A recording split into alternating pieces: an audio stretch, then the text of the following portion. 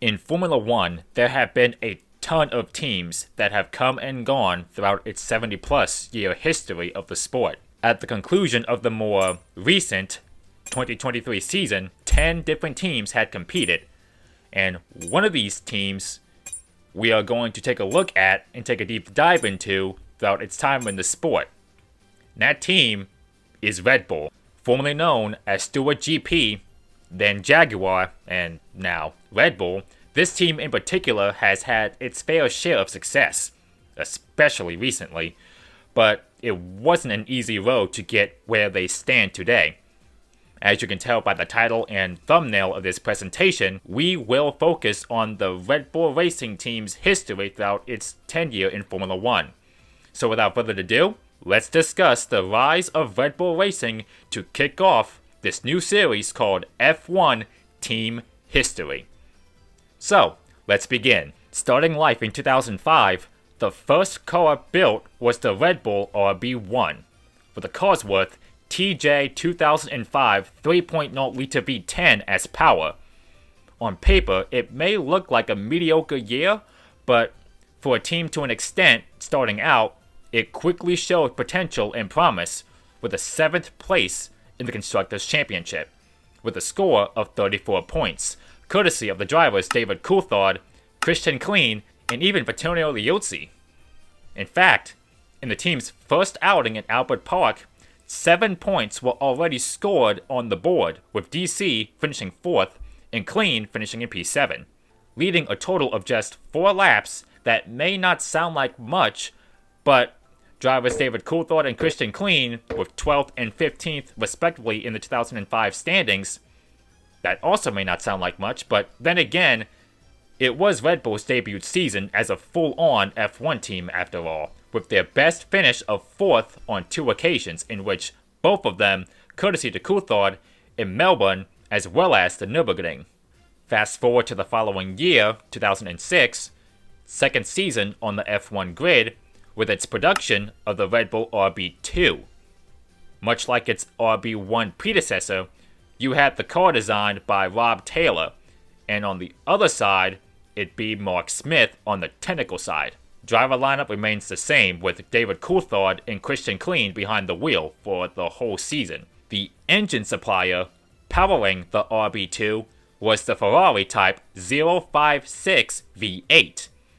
This was the very same engine built that propelled the Ferrari team themselves with a combined 9-win season in 2006.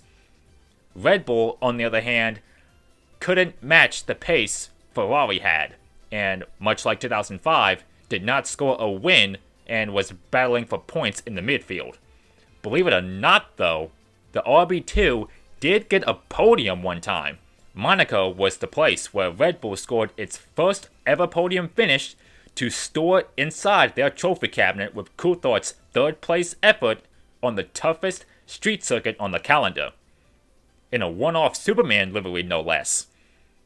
All the same though, most of the second chapter was depressing to say the least. Sometimes the car wasn't up to par, and other times, reliability issues hindered their progress, eventually ranking in 7th place in the Constructors' standings, with 16 points scored. 14 credit to Coulthard, the other 2 credit to Klein. There was also Robert Dornbos in the last 3 races, but he failed to score a single point. Enter Adrian Newey, who has won championships with Red Bull as technical director and car designer these last couple of years, the early part of the 2010s as well, and a few other championships to his name with the likes of Williams and McLaren. This 2007 car, being the Red Bull RB3, was Newey's first full-on work with the Red Bull squad. This particular year also so happens to be the first full-on season for Mark Webber, but again for Red Bull standards. Webber, being a veteran at this stage of his career, did muster the best he could out of the RB3, which on one of these occasions sealed a 3rd place finish at the European Grand Prix, their best finish of the whole year, though there was one fatal flaw: reliability. Even despite the fact mechanical problems or something or someone else interrupted Red Bull's progress, they were able to still finish inside the top 5 in 5th place in the constructors' standings with a score of 24 points on the board. Forgot to mention this, by the way. Renault came on board this 2007 season, which marked the first year of the Red Bull Racing Renault partnership, as, again, Renault was the engine supplier. Come the year 2008, in which David Coulthard competed in the sport for the last time. A special treat in his swan song season was his podium hurrah in Canada, in which it was the team's only podium finish of 2008, with Coulthard scoring 3rd on that occasion. This was also Coulthard's 62nd career podium in his Formula One career, and what would ultimately be the last time he stood on the podium in his career. As far as Mark Webber is concerned, with 0 podiums in 2008, his best finish was 4th at Monte Carlo. Now, regarding the car itself, aka the Red Bull RB4 chassis, comparing and contrasting it to its predecessor, the RB4 was way better in terms of reliability improvement. In other words, the RB3 had a combined 10 did not finishes. Whether it was hydraulics, brakes, drive shaft, or gearbox faults, the RB4, on the other hand, had just 2 did not finishes. Again, in regards to reliability. Now, during the course of the 2008 Formula One season, Mark Webber was the more consistent point scorer compared to his elderly teammate.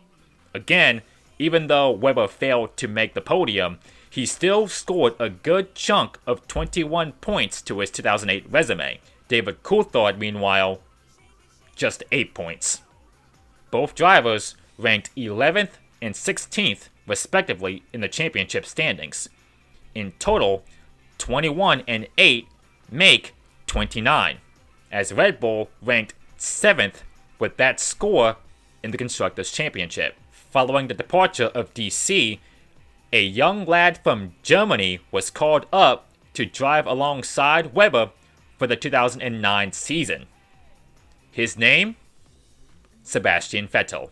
Funny enough, he and Red Bull's junior team, Toro Rosso, won a Grand Prix before the senior team.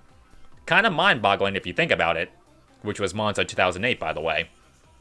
Now we come to the year 2009, a year of change for Formula One. Wider and lower front wings, rear wings being higher but more narrow. And, well, the list goes on regarding the 2009 regulations, which is a whole different can of worms for another time. But Red Bull, with its RB5, took full advantage of these regulation changes to aid overtaking as well as bumping up the aerodynamics, and more importantly, become a championship contender, which is exactly what happened. In the case of Sebastian Vettel, he gave the team its first pole and first win at the Chinese Grand Prix. Not only did Vettel win, but Webber, his teammate, finished in the runners-up spot in 2nd place, making the moment even more surreal and more special. Webber too also had his fair share of victories in 2009, winning 2 Grand Prix in this particular year, which was the German Grand Prix at the Nürburgring, as well as the Brazilian Grand Prix in Interlagos. His first 2 career wins in his Formula One career. Vettel and Webber both were on the podium 8 times. Both of them also set a combined 6 fastest laps. Not to mention, the Red Bull RB5 chassis sat on the pole position slot 5 times in total. Consistency is key, and for the first time in the team's history, was able to finish in the top 3 in the constructors' standings. And considering the fact how consistent Webber and Vettel were, scoring points left and right for pretty much the whole season, Red Bull clinched the runners-up spot in the constructors' standings with a score tally of 153.5 points on the board. As far as the drivers goes, as you would probably imagine, put up solid numbers. And by the numbers, starting with number 15, Sebastian Vettel, who recorded 4 wins, 8 podiums, 8 front row starts, with 4 of them coming from pole, setting 3 fastest laps, leading for 212 laps in total, with an average start of a 4.4 and an average finish of 6.9, albeit 5 did not finishes, but regardless, ranked second in the championship. Regarding Mark Webber now, his numbers from the 2009 season look like this: 2 wins, 8 podiums, 2 front row starts, with 1 of them being a pole position, which was the German Grand Prix at the Nürburgring, which he won, and much like Sebastian Vettel, set 3 fastest laps, but unlike Vettel, led less laps, that being 90 laps out front, with an average start of 6.7 and an average finish rate of 7.2, ranking 4th in the championship, and with less did not finishes, that being 2. 1 being a crash at Monza, the other being brake problems under the lights in Singapore. At season's end, going to the museum goes the Red Bull RB5 after an incredible run of success. And what followed became to be one of Red Bull's most successful cars in F1 history, and Red Bull as a whole. The Red Bull RB6. So, the RB6, blown diffuser plus double diffuser equals maximum downforce.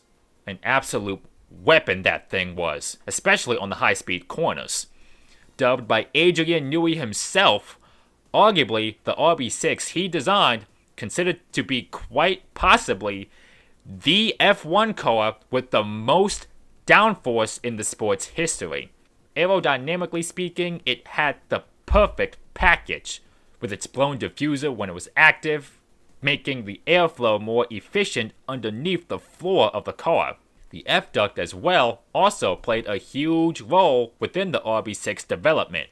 Whenever Vettel or Webber covered up a hole in the cockpit with their left hand, it blocks out the dirty air fed to the rear wing, and instead, whenever it was activated by, again, Webber or Vettel covering up a hole in the cockpit with their hand, that increases their speed, going 6 miles per hour faster, while at the same time reducing as much dirty air as possible, giving it the downforce and acceleration it needs down the straights, and sometimes the corners, and also when in the toe of somebody. Simply put, Red Bull really hit the mark in 2010, becoming, for the second year in a row, championship contenders. Though unlike 2009, where the team finished runner-up, this time they came out on top in the Constructors' Championship, winning the battle over McLaren by a 44-point margin. Red Bull with a score of 498 points on the board compared to McLaren's score of 454 points on the board. As for the Drivers' Championship, they won that too, courtesy of Sebastian Vettel at the helm, clinching the Drivers' Championship as well as the Constructors' Championship for the first time. Wasn't the only memorable thing that is etched in the history books, though. You had the Turkish Grand Prix, which that one too is also fondly remembered vividly, but for the wrong reasons.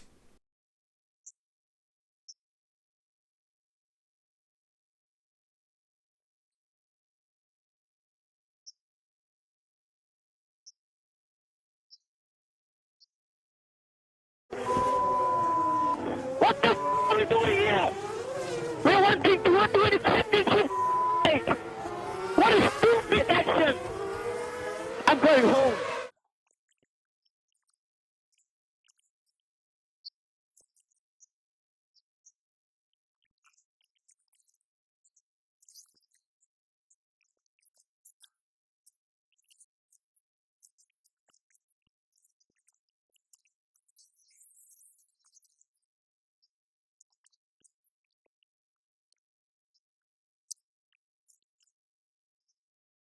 Take that out of the equation though, Vettel and Webber both scored podiums, wins, and poles left, right, front, center. The number of poles the RB6 scored, though, 15 out of 19. Remarkable ratio. Vettel with 10 poles. Webber won the other 5. Regarding race wins, though, Vettel won 5 of those. Webber winning 4 times. Both finished inside the podium places 10 different times. Even with the laps completed, it was snip and tuck. Vettel had completed 1,066 laps. Webber, on the other hand, had completed 1,043 laps. Who led more laps, you may ask? Your champion, Sebastian Vettel. Laps led on his part were 382. Mark Webber, on the other hand, 317 laps led. Vettel's average start, a 1.9. For Webber, his average start was a 2.9. For the average finish, Vettel's was a tad bit more consistent with a score of 6.0. Webber with an average finish on his account of a 6.1. 6 seasons in, finally Red Bull had gotten themselves their first ring in both championship tables. Remember how I said, though, I mentioned a little bit ago, the RB6 had its blown diffuser that helps immensely to improve the downforce? Well, Red Bull would continue to expand their blown diffuser project with its successor, the Red Bull RB7, for the 2011 season. The results for that car in particular are mind-blowing to comprehend. More so on where the RB7 was on the starting grid come race day, which that of the RB7 started on the front row in every single race. All 19 times. 18 of them from pole. 15 alone in the hands of Vettel. How fitting is it? Red Bull went from midfield runners, and in just a short number of years later, half a decade later, they were on top for 2 years in a row. Yes, if you're wondering, Red Bull and Vettel took home the Constructors and Drivers title in 2011 by a country mile. They were that dominant. Mark Webber also did work, but wasn't even close to Seb's level. The results speak for themselves. Vettel with 11 wins, Webber just 1. As far as podiums goes, Vettel finished inside the podium places 17 times. Webber got on the podium as well, which, in that aspect, Webber got on the podium on 10 separate occasions. With how many laps the two drivers had led in 2011, Vettel won that one by a landslide, with 739 laps led. Webber led for just 59 laps. Vettel's average start was a 1.3. Webber's average start was a 3.8. Finally, for the average finishing score, Vettel's was a 2.7. As for Webber, his average finish was a 4.2. At the end of the day, we all know who was the better driver, and who was the faster driver when comparing the numbers regarding the two Red Bull drivers in this particular year in Formula 1. As Vettel was the man to beat, and was the man who walked away with the championship. Obviously. The same goes for 2012 and 2013, but regarding 2012, Vettel outscores Webber in every category when looking at the race wins, podiums, pole positions, fastest laps, laps led, and what have you. If you're wondering on the score on the average finish, Vettel with a 5.3, Webber with a 7.7. Both drivers combined drove the RB8 to the top step of the podium 7 times in total in 2012, 5 of which came in the hands of Vettel, 4 of them consecutively. Mark Webber, on the other hand, won his last 2 Grand Prix of his career in this particular year, with those final 2 wins coming at Monaco as well as Silverstone. At season's end, Red Bull came out on top as Constructors' champions for the third straight year with a score of 460. Success only increased even further from there. Following the year 2013, that year can be described as Red Bull's top 3 best seasons in their F1 history period. I say this when you take this into account with Adrian's work on the RB9 from that year.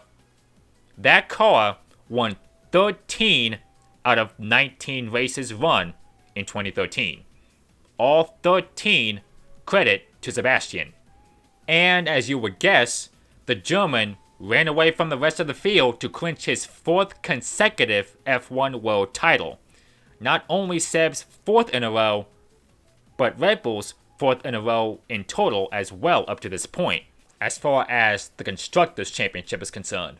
And not to mention, this very car, the Red Bull RB9, won the last V8 engine-powered Formula 1 Grand Prix. Oh, did I forget to mention that in the final 9 races of the 2013 season, Vettel won all 9 of them? If I didn't mention that earlier, or if you didn't know that, now you do. Mind-blowing stuff, I know.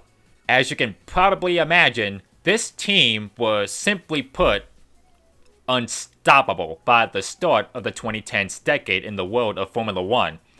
But as with all things in racing and everything in the world as a whole, change is due to come. And when it does, you can either adapt to it quickly or struggle firsthand. And in the case of Red Bull, when the regulations changed massively for the 2014 season, it was a struggle firsthand. But that is a story for another day. In other words, that's where we will end today's presentation of part 1 of this project, as I'll probably continue with part 2 sometime down the road, but who knows whenever that will be. If you've liked what you've seen though, click that like button to show this video love and support. If you've really liked what you've seen, hit that red subscribe button to stay up to date with more Formula 1 as well as other motorsport content. And to those who are not yet subscribed and are possibly doing so right now, and to those who are already subscribers to the channel but have yet to do so, I highly recommend turning on that notification bell so that way you'll be notified on a new video the split second it comes out. But until then, I, Turn 4 Productions, signing off the mic, as always. And until next time, and for the notice, peace out, stay safe, and have a good one.